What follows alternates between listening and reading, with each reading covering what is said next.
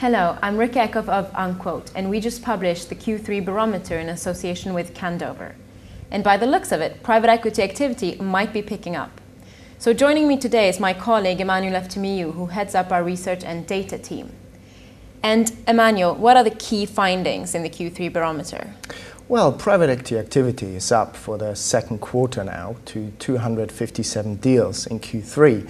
Now this is 30% down to Q3 in 2008, but the total value of these private equity deals is 10 billion, and that is the highest we've seen since the Lehman collapse last year. These figures obviously refer to venture and buyout together, but buyout represents the biggest chunk of the market. So what are the main developments here?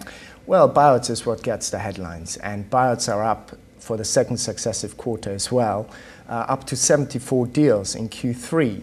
Now, this is up 30% from the Q2 figures, and in total buyout figures values were 8 billion. Now, this is not comparable to obviously pre-Lehman collapse figures and total levels that we saw during the market's heyday, but there are positive developments here. First of all, this is the highest total we've seen in a year.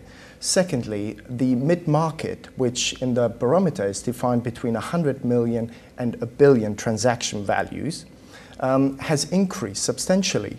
It's now 30% almost of all buyouts were done in this size range. So this is showing us that there's a slight increase in deal values in the market going on at the moment.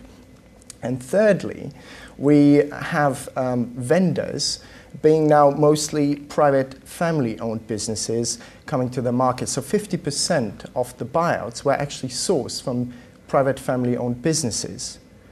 So this might indicate that pricing between vendors and buyers in the market has narrowed now. The pricing gap that we had seen, simply because confidence seems to be coming back to the market in terms of trading visibility. And secondly, we also can see now leverage maybe coming more and stronger back into the market and into these deals. Also, we discussed earlier the increased activity in the secondary debt market. Yes, there were substantial discounts available in the secondary debt market earlier this year, and this is where debt investors went into and looked to take advantage of these huge discounts available. Now, at the end of the year, the pricing has come up back to top 80s level, and now debt investors might look to come back into the primary market actually and support new buyout transactions. And based on these two reports and the underlying stats, what's your perception of the market sentiment at the moment? Well, confidence is seeping back into the market with more deal activity that we've recorded over the past few quarters now already. And there have been a few good news, macroeconomic news out there as well. For some countries, that is. For some countries. Now, market sentiment, though, is a funny thing because earlier this year we saw these huge discounts in the secondary debt market. And these discounts, some people say, were not based on fundamental value of those assets at all, but actually based on market sentiment, as well as now later in the year where we've seen this huge trading up of the huge trade up of assets.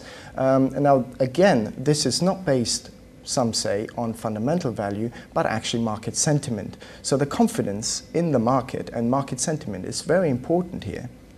So probably then Q4 we'll see some more figures and perhaps could make some predictions. Well, absolutely, and we will see whether this positive trend is here to stay. Thank you very much, Emanuel. That was some very useful insights. If you'd like to see all this data in more detail, you can download both reports for free on our website. That's unquote.com. And I'm Rikke Eckhoff from Unquote. Thank you for watching.